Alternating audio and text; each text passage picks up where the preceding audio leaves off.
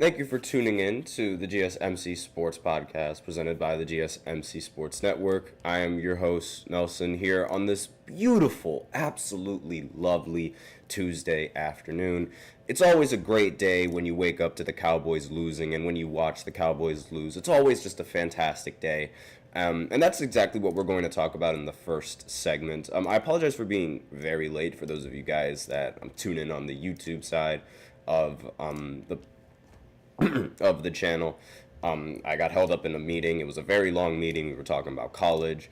And then in the second segment, we're going to talk about the Jets surprisingly firing Joe Douglas, and I'm going to give my opinions on that in the second segment. Then in the third segment, we are going to look at James Harden passing Ray Allen in total three-pointers, a record that was previously thought unbreakable until Steph Curry broke it, but again, no one really expected anyone else aside from Steph to break it.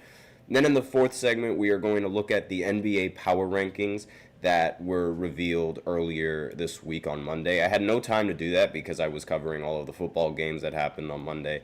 And we also have a special fifth segment at the end of the fourth segment, so be sure to stay tuned for that if you guys are interested. Before I begin, I'd like to remind everybody that we love to hear what you guys have to say during the show, whether you guys have a hot take, whether you guys have a burning question, something that you've just been dying to share, we're all ears. If you really want your comment and or question to get noticed, then I recommend using Super Chat. You just click on the $ below the chat box and you can send in your comments and or donations that way. Or if Super Chat's not your thing, you can always use the link displayed below the ticker, gsmcpodcast.net, and you can send in your comments and or donations that way. Really helps the show, makes it much more interactive between myself and you guys.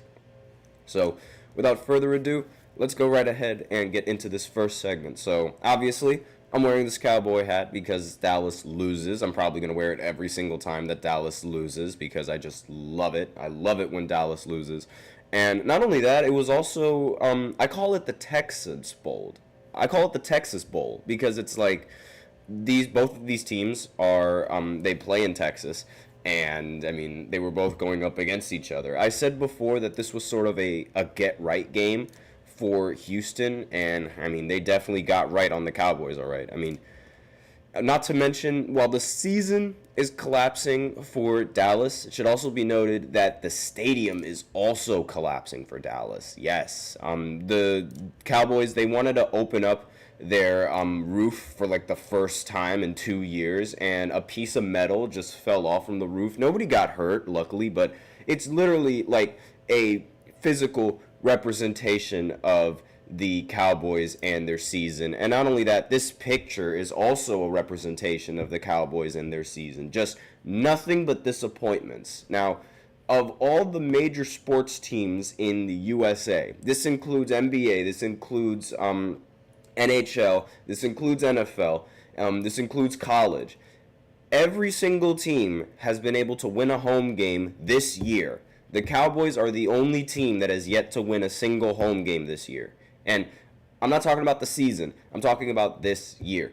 Jake Paul was able to win a match in their stadium before the Cowboys were even able to win a home game. Texas A&M has been able to win. I believe it was A&M. Either that or it was the Aggies. They were able to win in Dallas's home field. And still, no other team has been able to do that. No other team aside from Dallas has lost at home in this season. They have at least one home win this season. But Dallas, of course, they just disappoint their fans year in after year. It's just absolutely horrible what's going on in Dallas. The game, as a Giants fan, the game was absolutely beautiful. Like, I loved every single second of it, aside from the very few seconds when Dallas started to score. The final score of this game was 34-10 in favor of Houston. It started out like pretty much like anyone would expect. Houston opening up with a touchdown. Literally on the first drive, they opened up with a huge touchdown run from Mixon. He had a lot of fantasy points in tonight's matchup. And a lot of people, they thought this was a little bit of a boring game. I was never bored when Dallas was losing. I always just love it when they lose. And opening up the game with a touchdown drive is just a great way to just pour salt on the wound. And then Dallas responded with probably one of the funniest 4-point conversion attempts. They tried a fake punt, and then they threw the ball a little bit beyond the line of scrimmage, but they didn't throw the ball far enough to make it a first down. And it ultimately resulted in a turnover on downs, but Houston was feeling generous today, and C.J. Stroud threw an interception after 4 plays. So, and it was a bad interception. I mean, it seems that C.J. Stroud still sort of, I don't know what is the problem with CJ. Maybe it's the fact that he doesn't have as much talent at the receiving end because, everybody is injured. But that throw was absolutely horrible. But fear not, because Dallas decided to be generous again and throw an interception to give the Texans the ball right back. I mean, Cooper Rush in this game, he did throw for 354 yards, but he passed 55 times in this game. So it's like, you better get at least 300 yards if you're passing that much. And he did throw a touchdown, but he also threw an interception. So, I mean, the touchdown, I was not a fan of that touchdown. But after he threw the interception, Houston responded with a touchdown of their own, making the score 14-0. But then Dallas, opening up the second quarter, they opened up with a touchdown. Then Houston responded with a field goal, to which Dallas responded with another field goal. Then Houston punted, and it seemed like Dallas was going to be able to make the game a little bit close, but then they missed a field goal. What a shocker. Dallas disappoints yet again. And then Houston ended up punting, and then Dallas turned it over on downs.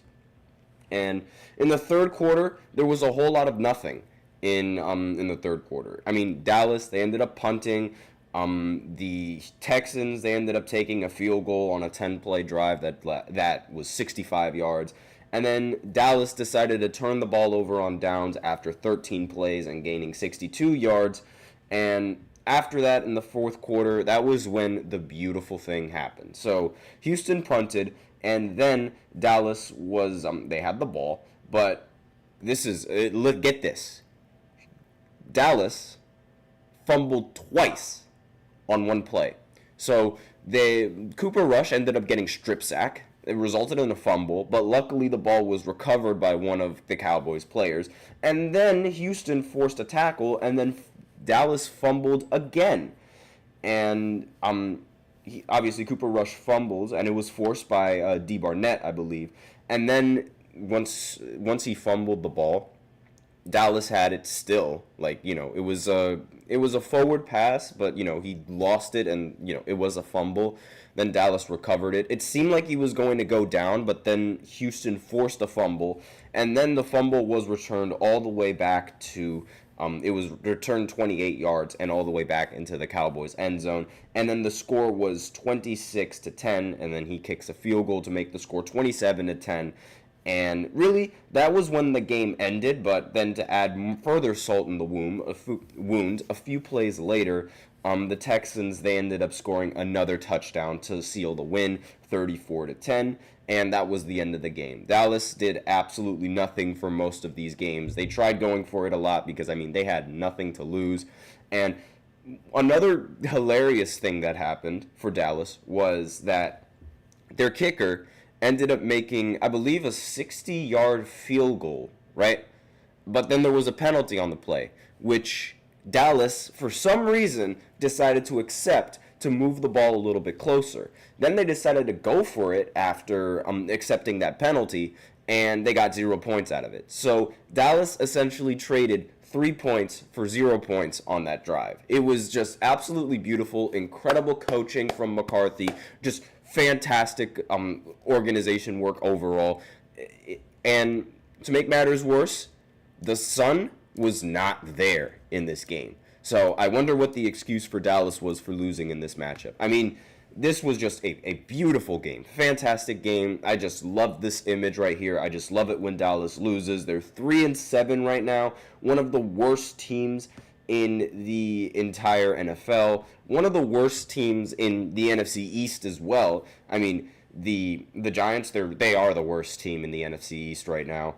And Dallas is right there. The only difference between Dallas and the Giants right now is a 1-game difference. And it's just beautiful. If my team, the New York Giants, if they cannot win seasons, then I always have Dallas to look forward to and Dallas losing. I just love every single second of it. Now, on Houston's side, like I said, this was a get-right game for them because they were struggling in some of the recent matchups that they've played, especially in Week 10 when they ended up losing to the Lions after Jared Goff threw like 5 interceptions.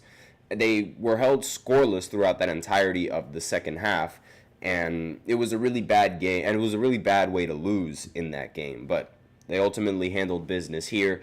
Now, the next games on the Texans' schedule is the Titans, another get-right game for them just in case this Dallas beating wasn't enough. Then they play the Jags, another get-right game, and then their last few games of the season is going to be against the Dolphins. They seem to be a little bit more competent now, given that they have Tua Tagovailoa. Then they play the Chiefs, a team that just came off of their first loss of the season, so that might not go as well as you think. And then the Ravens, who right now have the exact same record as the Texans. It could really go either way with that, but I'm picking the Ravens to win in that matchup. And then their final game of the season is against the Titans again. So their road to the playoffs it's pretty easy. I mean, they're in one of the weaker divisions in the entire AFC. I don't think the Colts are going to put up much of a fight to win the AFC, and the Titans and the Jaguars are already out. I mean, they only have 2 wins in this entire season, and it seems like they're going to be fighting for a draft pick more so than they're going to be fighting for the division. So the only team that the Texans really have to worry about is the Colts, and I don't think that the Colts are going to be able to put up much of a threat. They do play the Lions. Then they play the Pats, which is a pretty solid game. Then they're going to play the Broncos. I mean, Bo Nix recently had the game of his life.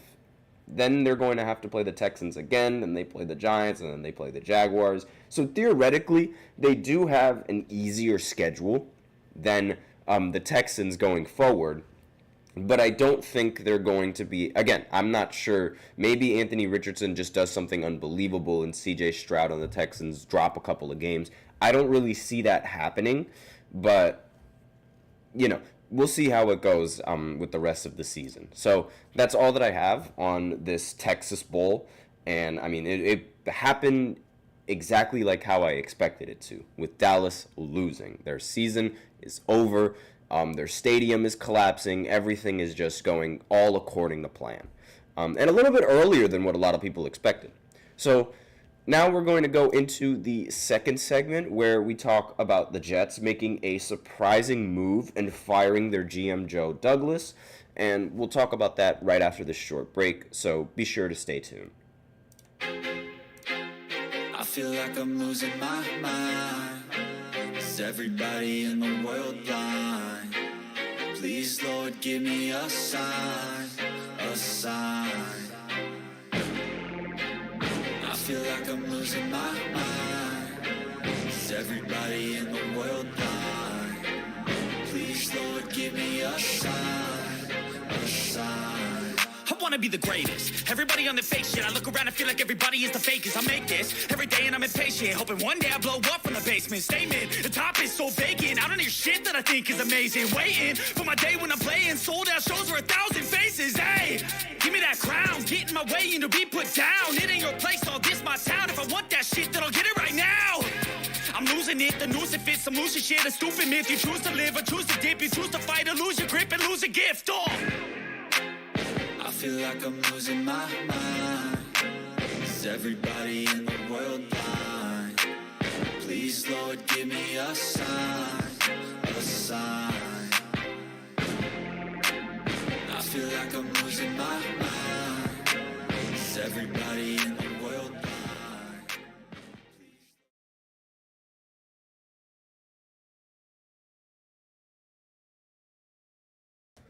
And we are back with the second segment of the GSMC Sports Podcast, presented by the GSMC Sports Network. And in this second segment, we're going to be looking at the Jets, surprisingly, firing their GM, Joe Douglas, early, well, not really early, but a little bit late in the season. And, I mean, his contract was already over. But before I begin, I would like to remind everybody that we love to hear what you guys have to say during the show. Whether you guys have a hot take, whether you guys have a burning question, something that you've just been dying to share, we are all ears. If you really want your comment and or question to get noticed, then I recommend using Super Chat. You just click on the $ below the chat box and you can send in your comments and or donations that way. If Super Chat's not really your thing, then you can always use the link displayed below the ticker on every single show segment, gsmcpodcast.net. You can send in your comments and or donations that way as well. Really helps the show.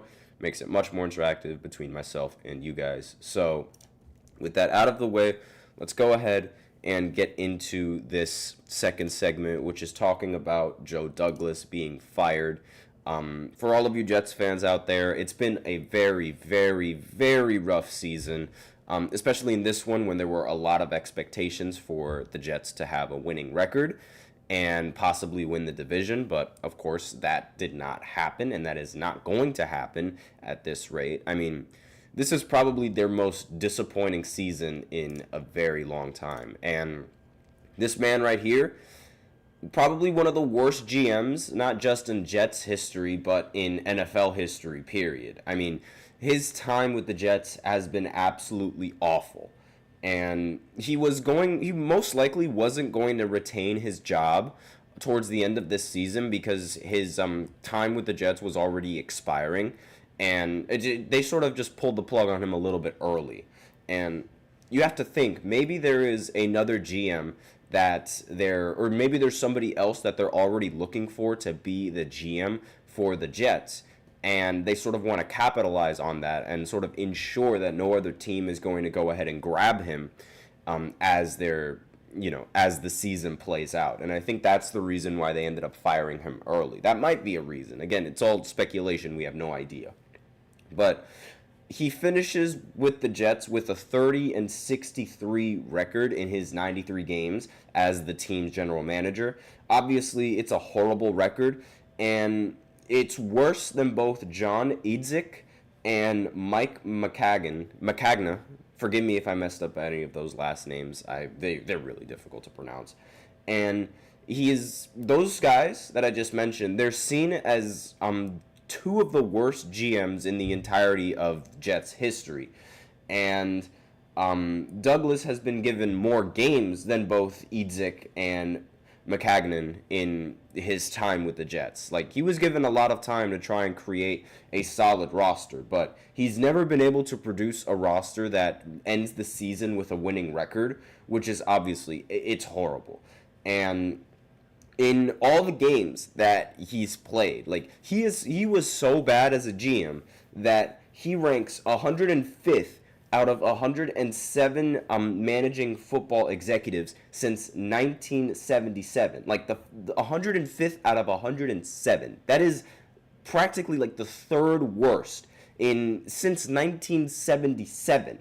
And this is among GMs that have spent at least 5 years with an organization. So that is really, really, really bad.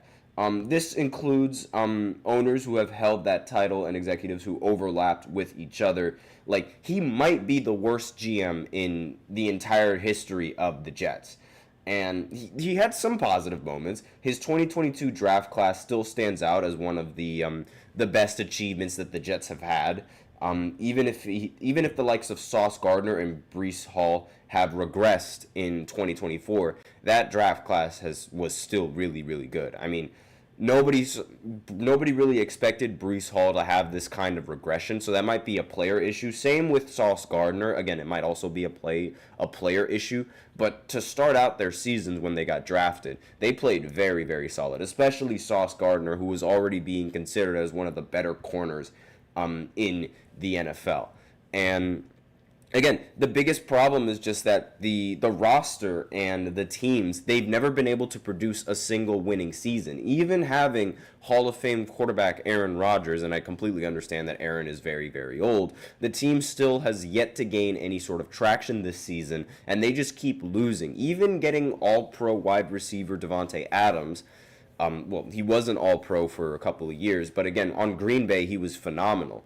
And even having him, it doesn't really seem like the Jets have veered off their trajectory at all from this season. In fact, they're worse now with Aaron Rodgers and Davante Adams than they were with Zach Wilson at quarterback. And speaking of Zach Wilson, it was Joe Douglas's decision to go ahead and draft Zach Wilson. And I'm sure all of you Jets fans and everyone knows exactly what happened with Zach Wilson. He threw a crazy ball and sort of catfished everybody in this league, but he was an awful quarterback. He was absolutely terrible at quarterback for the Jets.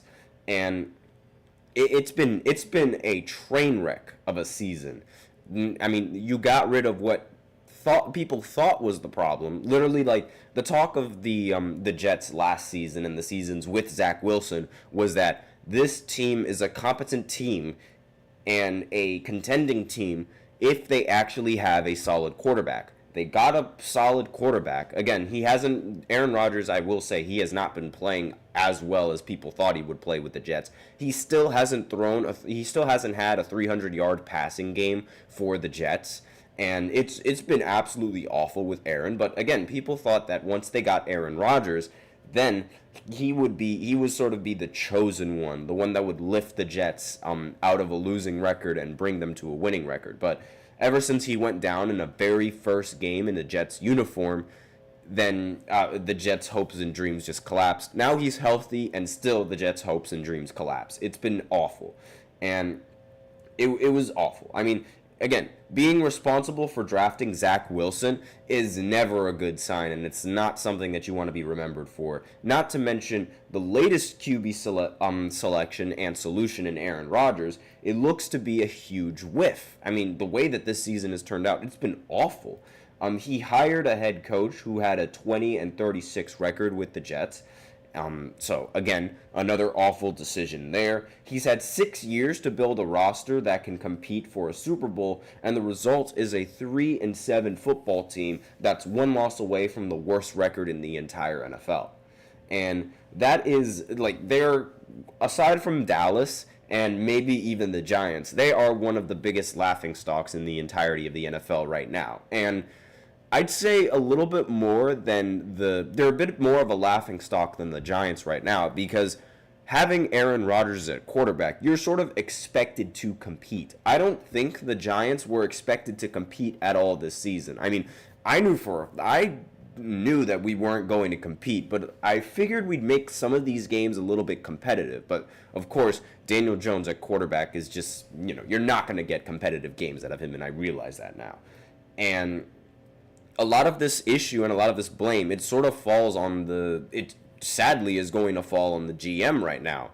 I mean, like, the decision making with the draft selections and just the overall roster, there's a lot of problems. It's not just Aaron Rodgers at quarterback that's the problem. Everyone is struggling, and it's just been really, really bad. Again, you could argue that it's like, a player issue, and that, maybe firing the coach wasn't all that good of an idea, but it's not a good look. He had 6 years to create a team, and he's failed. So this is sort of the result, and it was most likely that he wasn't going to retain his job towards the end of this season, but they sort of they pulled the trigger a little bit earlier than what a lot of people expected, or pulled the plug, for lack of a better term.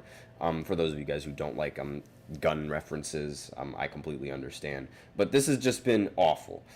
They're going to part ways with Douglas in the offseason, simply opting to let his initial 6-year contract expire. That's what I thought they were going to do, instead of extending him, but then they decided to just fire him. And again, he's most likely going to go down as one of the worst general managers, not just in Jets history, but in the entire history of the NFL. A very, very bad legacy to leave behind, and I don't really expect him to get a job after this season, especially with just how bad he's been. Like, it's really just, it's bad. So the Jets, they can rejoice over something in this season, finally getting rid of that GM. I wonder who they're going to get. Let me know in the comments who you guys think they're going to get to be their GM for next season. But we're out of time in the second segment, so now we're going to shift our focus to NBA basketball, where we talk about James Harden passing Ray Allen in all-time three-pointers made. So I'll be right back after this short break. Be sure to stay tuned if you guys are interested. Looking for your daily fix of sports talk without having to pay for it? GSMC Sports Network is available on YouTube. Just search GSMC Sports Network. Get your fix of daily sports talk shows on YouTube, absolutely free. NFL, college football, NBA, MLB, MMA, UFC, fantasy football, and so much more. GSMC Sports Network has shows running all day long, with new sports shows starting every 2 hours. Just like on your favorite cable sports channel, except GSMC Sports Network is absolutely free. Just search GSMC Sports Network on YouTube to catch one of your new favorite shows, like the GSMC College Football Podcast, Chip Shot Football Podcast, Hoops and Heels Women's Sports Podcast, GSMC Basketball Podcast, and so many more. Check it out for yourself. GSMC Sports Network, now available on YouTube absolutely free. Search GSMC Sports Network on YouTube right now. And we are back with the third segment of the GSMC Sports Podcast, presented by the GSMC Sports Network. And in this third segment, we're going to be looking at James Harden breaking a record that was previously thought to be unbreakable for a very, very long time, and that is Ray Allen's record for total three-point makes in NBA history. Now, before Steph Curry, nobody really thought that this record was going to be touchable, and nobody really thought that no one thought that anyone would come close to hitting as many three-pointers as Ray Allen did. I mean, Ray Allen is one of the best three-point shooters in NBA history, despite the fact that James Harden recently passed him in total three-point makes. I still think that Ray Allen is a better shooter than James Harden. I mean, throughout his career, he's shot 40% from the three-point line, and when considering the years that he's played in the NBA, remember, he was drafted in 96, and he continued playing all the way till 2014, where he ended his season off in Miami. And in the early eras of basketball, the three-point shooting wasn't really all that popular. And with the combined efforts of Reggie Miller and Ray Allen as well, they sort of popularized it. Like, they sort of made it an effective shot. I think the Spurs, they also don't get nearly enough credit for introducing the importance of three-point shooting, because the Spurs, before any other team was doing it, was encouraging their players to hit a bunch of corner threes and be in the corner and get ready to shoot those threes, right? And while Golden State is definitely going to get a lot more credit than the Spurs, I do think that we should give credit to where it's due, in the Spurs trying to start that movement a little bit first. It's just the league sort of didn't really catch on as quickly as when the Golden State Warriors started shooting a bunch of threes. Let me see. Okay, never mind. So I thought I got some breaking news and talking about basketball, but it's not really breaking news. It's just Tyrese Maxey reportedly calling out Joel Embiid. I have no idea exactly what the problem is going on over there, but I mean, Sixers have been absolutely awful.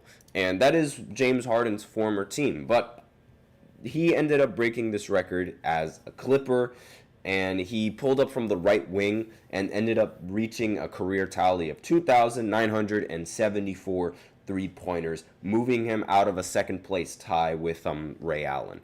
And again, this was a record that nobody thought was going to be broken up until Steph Curry ended up joining the NBA. Not just joining the NBA, but like introducing his barrage of three-pointers and how many threes he's able to make. And one other thing that should be taken into account is the amount of games that it took Steph Curry to actually break Ray Allen's three-point record. He played significantly less games than Ray Allen has done throughout his entire career. And again, this is just a fantastic record to end up like surpassing Ray Allen in total three-pointers make. Is he going to pass Steph Curry? Most likely not. I mean, Steph Curry started Sunday with 3,782 made career three-pointers, which is almost 800 more than James Harden in total three-pointers made. In fact, James Harden himself, he was like, Steph Curry doesn't count. Like, when they were talking about total three-pointers made, And obviously, the leader in total three-pointers made is Steph Curry. He said himself that Steph Curry does not count, which just goes to show you just how much of on a different level of playing field Steph Curry is compared to every other shooter in this league. And there's a very high chance that when Steph Curry retires, he's going to end with 4,000 three-pointers made. Very, very good chance that happens. And this is also this isn't one of Steph Curry's crazy master classes of a season. I mean, he's not averaging as many points as you would expect coming in from a phenomenal shooter like Steph Curry. It wasn't like one of those 30-point per game seasons that he's been having. From the last time I checked, I saw that he was only averaging around 24 points per game, which it's not bad. Obviously, it's definitely not a bad points per game average for Steph, or for anybody else in this league. But actually, he's averaging 23 points per game in this season. But for somebody like Steph, you have to think that is a little bit low in the scoring category. And James Harden, I mean, he hasn't been a much better scorer either, especially when you want to consider he did beat Steph Curry the other day.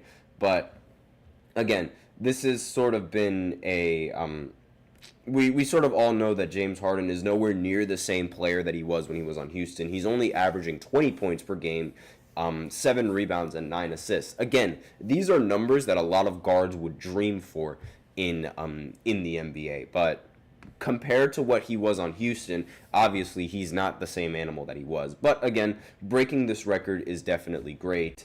And he's going to be a Hall of Famer. By far, one of the best guards in this era of basketball. The only stain on James Harden's career is his lack of postseason success and the inability to make the NBA Finals. And a big reason why he was unable to make the NBA Finals was because he was forced to go up against Golden State and the juggernaut of a team that they were. I mean, having Kevin Durant and Steph Curry and Klay Thompson is nearly impossible to beat. He almost did beat them if Chris Paul did not get injured in that one series in 2018, but again, hindsight is 2020, and he's most likely only going to be remembered as a player that was able to do great things in the regular season but just could not get it done in the postseason. But again, he's by far one of the best guards in today's NBA. So I just wanted to bring all of that to a lot of people's attention. He's not better than Dwayne Wade, though. I know a lot of people, they really want to think that he's better than D. Wade, but that's just not true. And this is going to be a little bit of a shorter third segment because I do want to get into the fourth segment, which is looking at the NBA and the power rankings, because that segment is probably going to be a little bit longer than the rest of the than this segment as well. And I want to make sure that I have a little bit of time so that way not only can I get to class on time, but also so that way I don't go over the limit of these segments.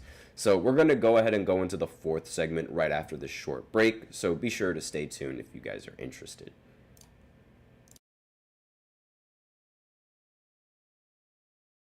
For the best and latest podcasts available anywhere, go to the podcast app on your cell phone and type in GSMC to access free content-rich podcasts on health and wellness, book reviews, sports, entertainment, relationships, social media, movies, technology, finance, and even weird news. Subscribe and download the GSMC Podcast Network's family of shows, available everywhere podcasts are found.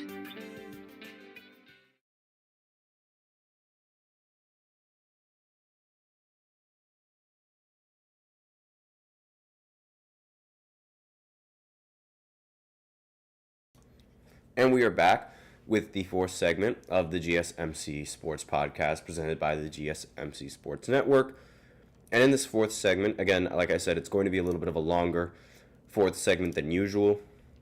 We're going to go ahead and we're going to look at the NBA power rankings going into this week.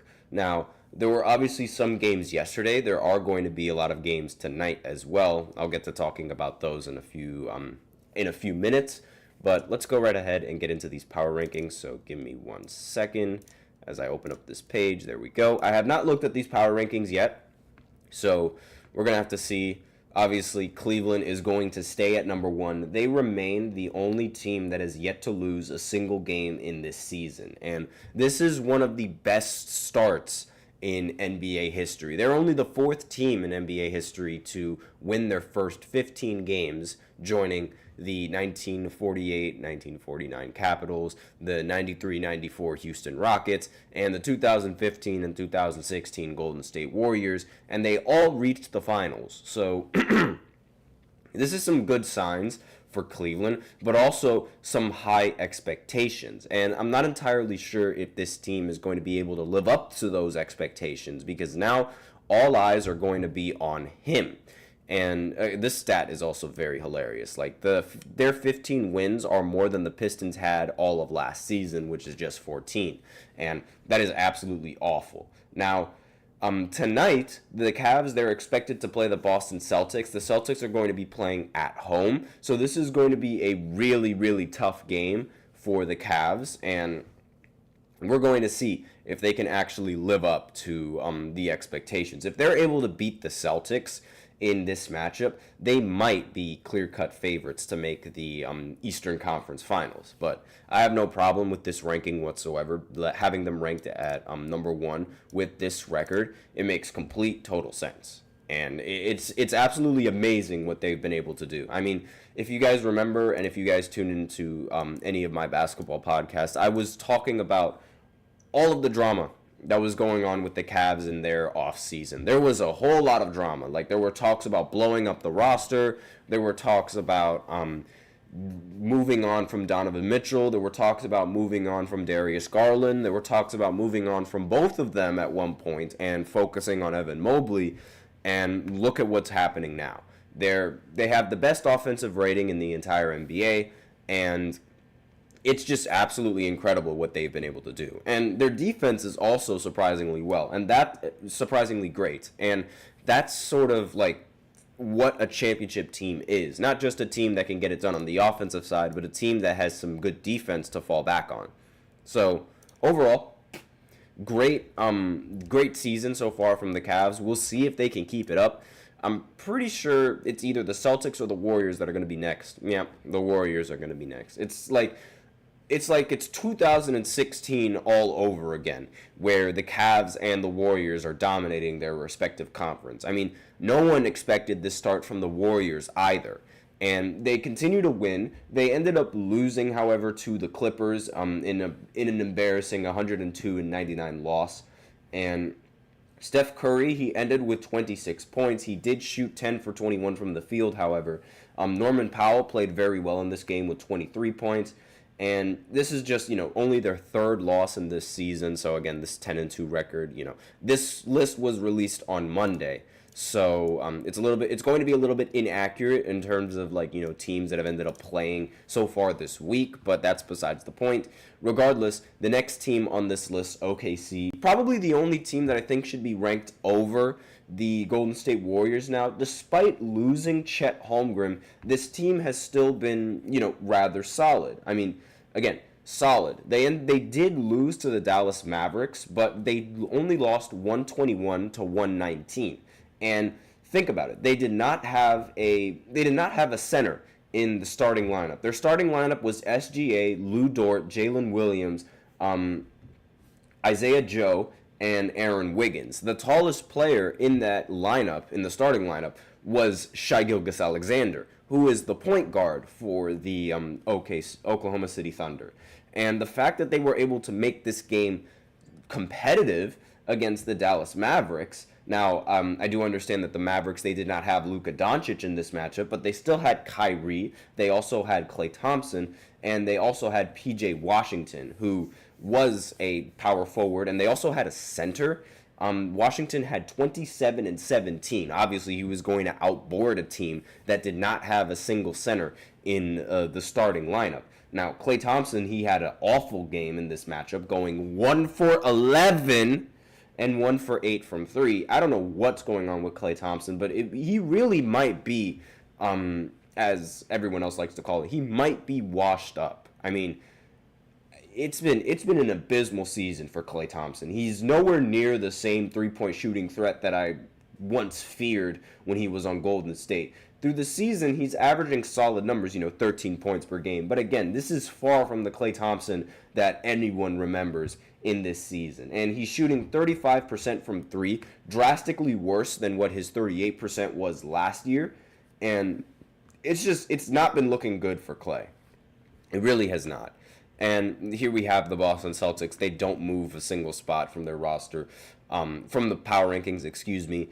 They're ranked 4th, and let me see. Really, they're going to have to win this game against the Cavs if they have any hopes of moving up in the power rankings. I mean, playing the Cavs at home, this should be a win for the Boston Celtics. I know that the Cavs, they haven't lost a single game yet, but if there was any game that they were going to drop in if there was any close game that they were going to have, it would be against the Boston Celtics.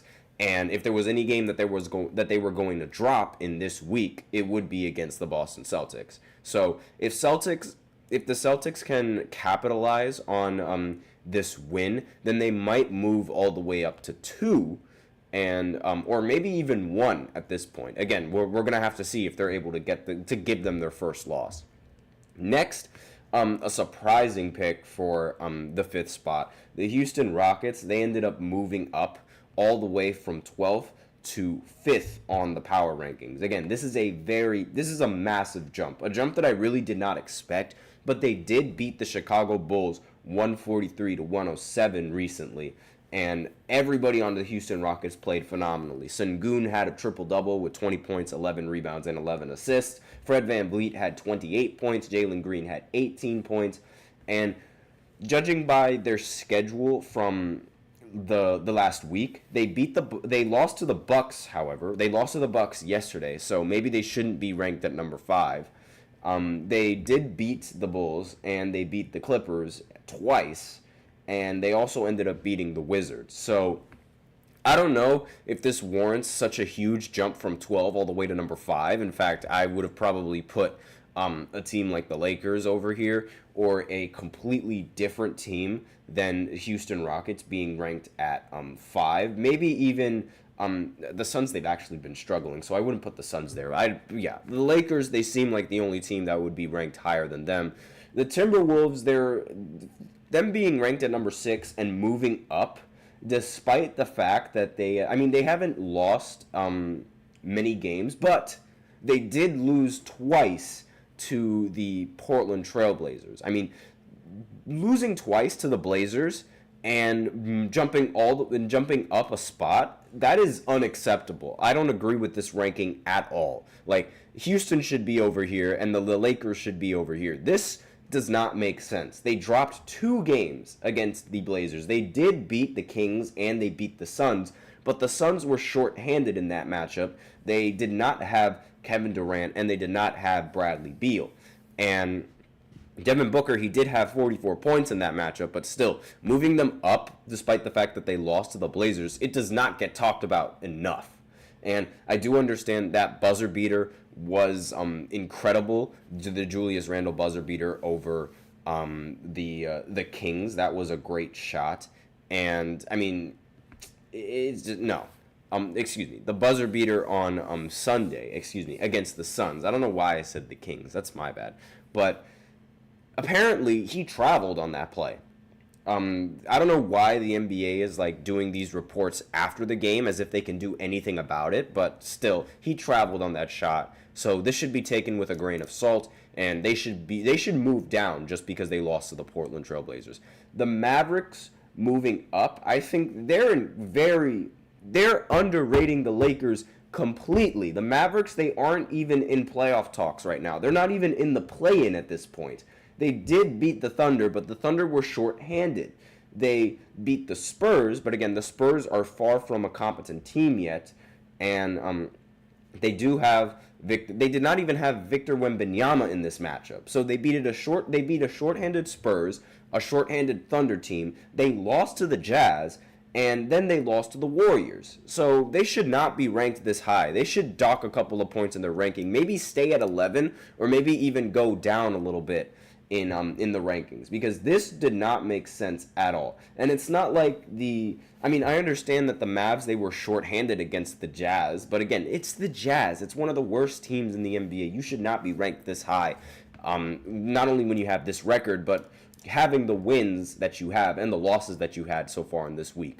The Nuggets being ranked at number 8, I have no problem with their spot right now, being ranked at 8. But I do have a problem with the fact that the Lakers aren't ranked higher than them. And the Nuggets, they dropped a game to the shorthanded Pelicans. They also dropped a game to the Memphis Grizzlies, a team that I believe is also shorthanded. They did not have Ja Morant in this lineup. And again, losing those games, just not really acceptable. They did beat the Dallas Mavericks, but, really, it should not have, no. It should not be ranked here over the Lakers. That is a huge problem, and it's something that I understand. Jokic is an absolute beast of a player. I have no problem with Jokic as a player, but this team, no. They should not have. They should not be here at number 8. They should not be over the Lakers. And the Lakers are only at 9. I don't understand. Why are the Lakers only at 9? It genuinely does not make sense. LeBron James came off of 3 triple doubles and that's the first time that he's had 3 back-to-back triple doubles. And they got a win against the Pelicans, shorthanded team. Got a win against the Spurs, who I believe had Victor Wembanyama in the lineup. He ended with 28 points and 14 rebounds. And not to mention Anthony Davis having a masterclass of a performance against Victor Wembanyama, 40 and 12.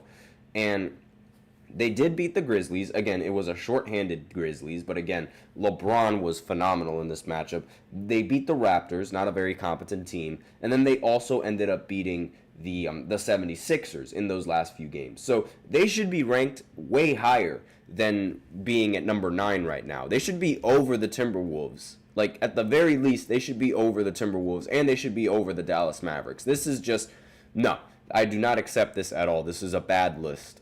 Aside from the top 3, this is a very poor list. And then the Memphis Grizzlies, they moved down. I completely understand why they moved down. They are shorthanded, but they're still somehow winning some games.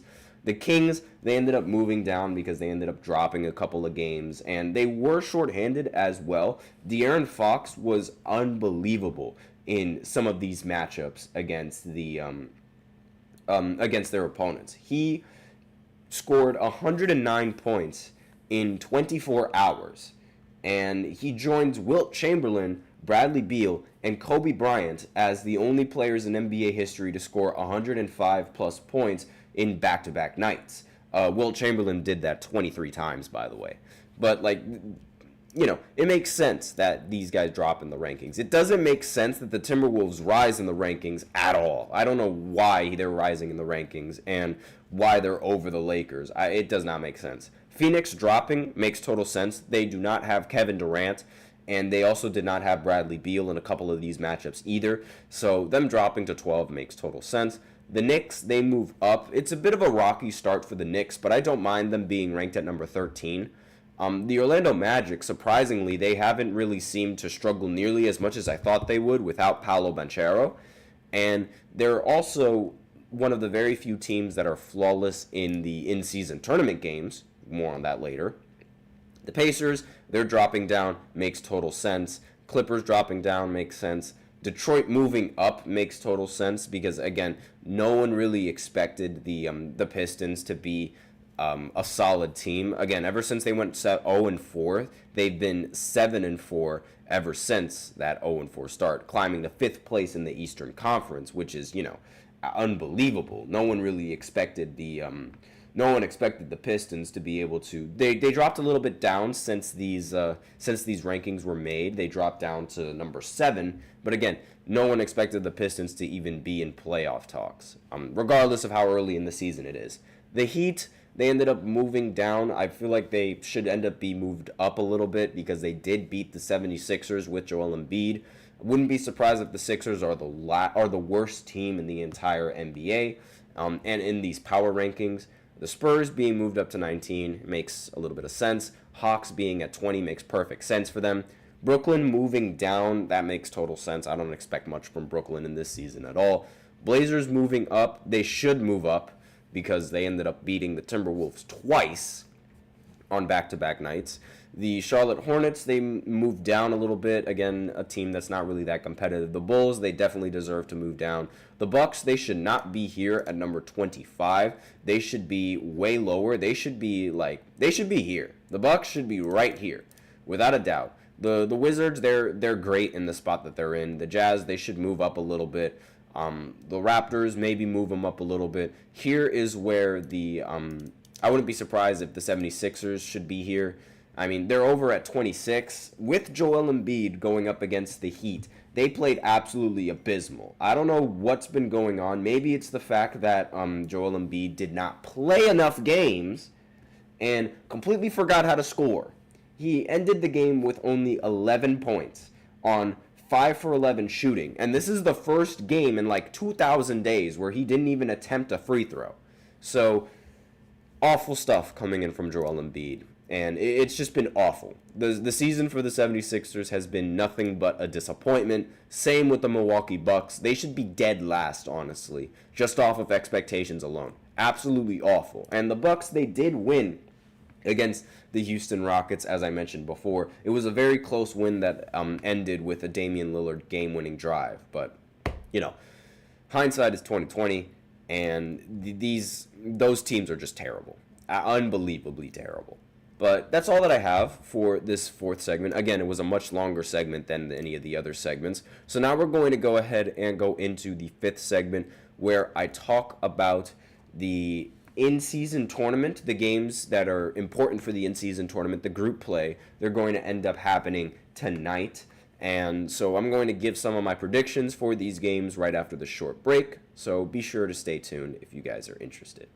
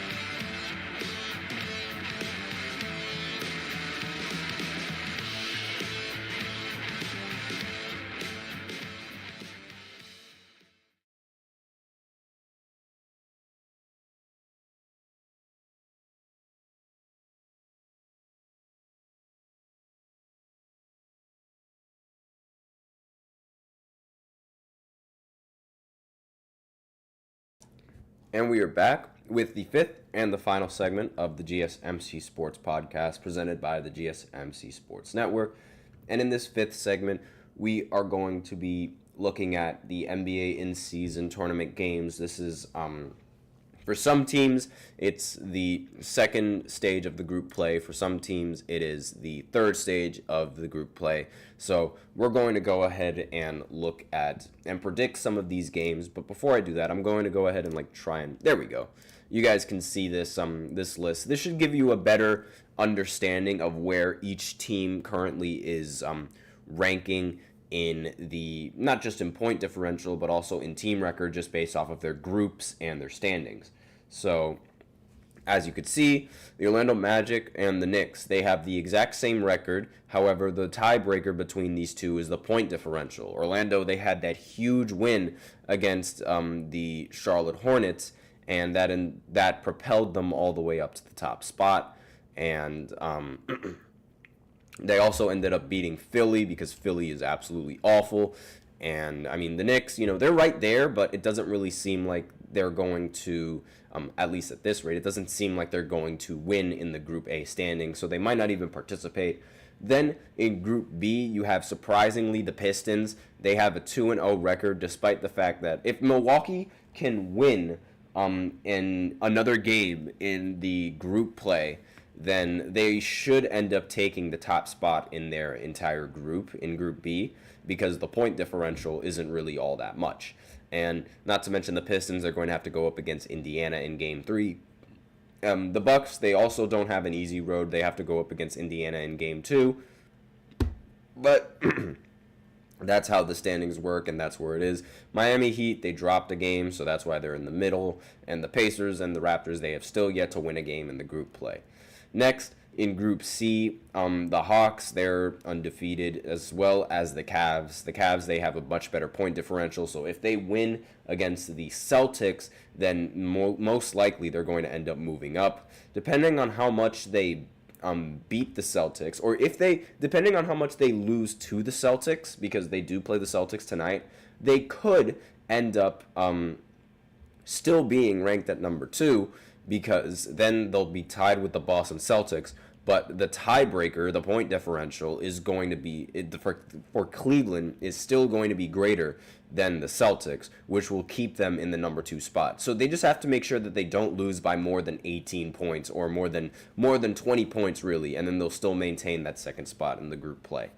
Then in the Western Conference, you have Houston and you have Portland. Houston has the highest point differential, which is why they're up. Same thing with OKC and the Lakers, and same thing with this group right here. Now, when you break it all down and go into the standings, right, the Knicks, they're the team that's going to end up having a wild card spot. So it's only one wild card spot per conference. So the way that it works is that the leaders for each group play. As you could see, Orlando's the leader, Detroit's the leader, and Atlanta's the leader. For each leader in the group play, they're automatically given a spot in the tournament. And then the wild card spot just goes to whichever team has the better record, the better point differential, and more points, all that stuff in the tiebreakers. So you could see the Knicks, they have by far the best record amongst anybody else in the group play, and that's the reason why they right now currently hold the wild card spot. Then over in the Western Conference, the Golden State Warriors, they have the best record, not just in the entirety of the Western Conference, but in their group play as well. Same with Houston and same with the Thunder.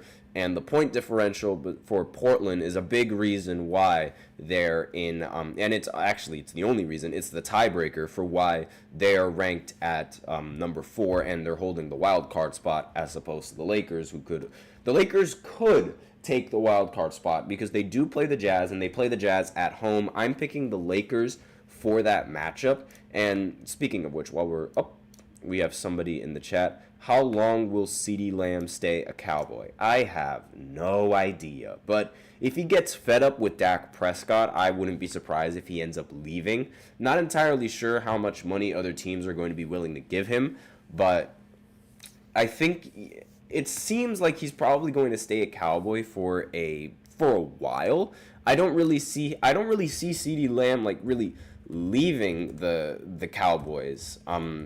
Not just for next season. I don't really see him leaving at all. I mean, he recently signed a 4-year, $136 million contract with Dallas, which includes a $38 million signing bonus and $100 million guaranteed. So I don't think he's really going to end up leaving the Cowboys anytime soon, especially after signing this deal. And I don't really think that other teams are going to be willing to trade for him, especially with all the money that he's going to be making. Again, we'll have to see. But, I mean, if he gets tired of Dak, then maybe he's going to want to leave. But for now, he's probably going to stay a Cowboy for these next 4 years. And going back to NBA and in-season tournament play, the Nets, they're going to play the Charlotte Hornets. I'm going to go with my gut, and I'm going to pick the Hornets in this matchup. I have a lot more faith in the Hornets and their roster than I do in the Brooklyn Nets, despite the fact that the Nets play at home. I think that LaMelo Ball is a very difficult matchup for the Nets, especially a team that doesn't really have much perimeter defenders. I don't think they're going to be able to stop LaMelo. While I do think that there is a chance that the Hornets can stop Cam Thomas from scoring. So I'm going to pick the Hornets in this matchup. Next, the Mavericks, they're going to go up against the Pelicans. I'm going to pick the Mavericks in this matchup. I feel like Luka Doncic should be playing in this, regardless if he's not. The Pelicans are rather shorthanded, and I don't really think that the Mavericks are going to end up losing to the Pelicans. I just don't really see that happening, but that's just me. Now, I already said that I think the Lakers are going to beat the Jazz. The Jazz are one of the worst teams in the entirety of the Western Conference, and the Lakers, they're going to have to win by a lot of points if they want to make sure to get that wild card spot in the Western Conference standings. So that way they actually, if they end up beating the Jazz in this matchup, then let me just go ahead and check real quick. They're going to be the number one team in their standings, like in their group play. I'm pretty sure that the Thunder, they might end up beating the Spurs. I mean, it's going to be really difficult because they're not going to have a center, and not having a center is just going to give Victor Wembanyama like a field day going up against the Thunder. So that matchup is going to be really, really close. I actually don't know which team would end up coming out on top. But regardless, if the Lakers want to be number one in their group play, then they're going to have to win by a lot of points against the Jazz. And regardless if they're not in the group play, then they'll hold the wild card spot and replace Portland because they'll have the better record. But for the Thunder, I think the Thunder is going to be a bit of a challenge because assuming Victor Wembanyama plays in this matchup, the tallest player in the starting lineup for the Thunder is going to be a 6'6" SGA. I don't think that anyone on the Thunder is going to be able to guard Victor Wembanyama in this game at all. However, this could also work against the Spurs because they might end up doubling Victor Wembanyama. But regardless, I don't think that... I think I'm going to pick the Spurs in this matchup. I just have way too much faith in Victor Wembanyama. It's like he's going to be playing against little children. Like when you compare his height to the rest of the players in the Thunder's roster right now, I think the Spurs are going to end up coming out on top. Now, if Chet was in this game, this would be a completely different story, but he's not. So I think I'm going to go with the Spurs on this one. I think the Spurs are going to upset the Thunder. I could be wrong on this one, though. Next, the Nuggets, they're going up against the Memphis Grizzlies. I'm going to pick the Nuggets in this matchup. I have a lot of faith in Nikola Jokic. I have no doubt that he's going to end this game with a triple-double, and I don't really think there's going to be anybody on the Grizzlies roster that is going to be able to stop Jokic. So those are my predictions. I have one team upsetting a very high-seeded team. I think the Thunder are going to drop this one. And it's really, the only reason why I think that is because they don't have Chet Holmgren to answer to Victor Wembanyama. So that's all that I have in this fifth segment, and that's it for the show. So thank you so much for tuning in to the GSMC Sports Podcast presented by the GSMC Sports Network. Your support means a lot to us, so remember to subscribe to the show, leave a positive review. It really does make a difference. We also invite you to follow us on Facebook, Twitter, TikTok, and Instagram for more content and updates. As usual, we love to hear what you guys have to say during the show. Whether you guys have a hot take, whether you guys have a burning question, or anything that you're just dying to share, we're all ears. And if you really want your comment and or question to get noticed, then you can use Super Chat, or you can use the link displayed below the ticker on every show segment, gsmcpodcast.net, and you can send in your comments and or donations that way. That's all that I really have to say about the show. Thank you so much for tuning in. I am your host, Nelson, and as always, take care.